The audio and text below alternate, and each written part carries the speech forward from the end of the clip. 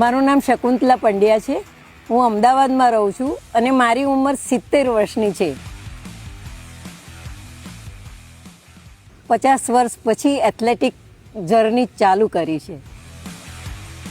40-45 વર્ષની ઉંમરે મને મેનિસ્કસ ટેરની કે ગાદી ફાટી જવાની તકલીફ ચાલુ થઈ અને ડૉક્ટરને બતાવતા મને અમદાવાદના મોટા ભાગના ડૉક્ટરોએ કહ્યું કે તમારે ની રિપ્લેસમેન્ટ કરવાની હતી.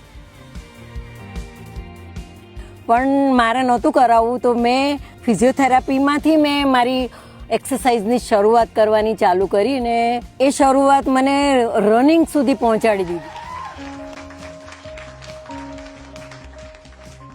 રિસન્ટલી હું મલેશિયા જઈ આવી અને ઇન્ટરનેશનલ એથ્લેટિક ગેમ્સમાં મેં 200 મીટર દોડમાં સિલ્વર અને 400 મીટર દોડમાં બ્રોન્ઝ મેડલ મેળવી અને ભારત દેશને મેં ગૌરવ અપાવ્યું છે. છેલ્લા 2 વર્ષથી ઘણી બધી કોમ્પિટિશનો રાજ્ય કક્ષાએ, નેશનલ કક્ષાએ અને ઇન્ટરનેશનલ કક્ષાએ રમી છું, જેમાં મેં લગભગ 30 જેટલા મેડલ મેળવ્યા છે. નેશનલ હોય કે ઇન્ટરનેશનલ ગેમ હોય એ બધી અમારી એજ વાઇઝની ગેમ હોય છે. જેમ કે મારું જે રમવાનું હોય એ મારા 65 વર્ષથી 70 વર્ષના એજ ગ્રુપમાં રમવાનું હોય છે, એટલે મારી જોડે રમનારા પણ એજ ગ્રુપના હોય. રોજનું મારું 2 કલાકનું વર્કઆઉટ હોય છે, જે મારા એરોબિક્સ ક્લાસમાં હોય છે. એ ઉપરાંત શનિ રવિ હું દોડવા જાઉં છું ગ્રાઉન્ડ ઉપર.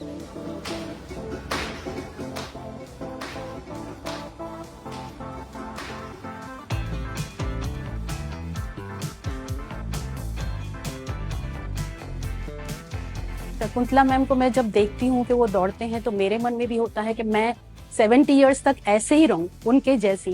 इसलिए मैं वो जो भी क्लास में बताते हैं कि आप इस तरह खाओ पियो ये वो, मैं उनका पूरा फॉलो करती हूँ रूटीन, जैसे भी वो बताते हैं. और शकुंतला मैडम ऐसा दौड़ते हैं, मतलब भागते हैं, तो हमको भी इच्छा होती है भी हम भी ऐसा ये एज में भागे, मेडल जीते, अच्छे से करें, एक्सरसाइज वगैरह जैसे वो करते हैं वैसे हम भी करें. જ્યારે મારે મમ્મીના કોઈ વખાણ કરે છે ને તો મને ઓર મારું સવા શેર ખૂન વધે છે. અચ્છા, બંને હાથ ભેગા, આંખો બંધ. મોટી ઉંમરની સ્ત્રીઓ કંઈક નવું શરૂ કરતી હોય ત્યારે સોસાયટીની એક ટીકાનો ભાગ બનતા હોય છે. મારા જીવનમાં પણ ઘણું બધું આવું બની ચૂક્યું છે, પણ એ બધાને મેં અવગણીને મેં મારું કામ આગળ વધાર્યું અને અત્યારે એ જ લોકો જે લોકો મારી ટીકા કરતા હતા એ જ લોકો મારા અત્યારે વખાણ પણ કરે છે.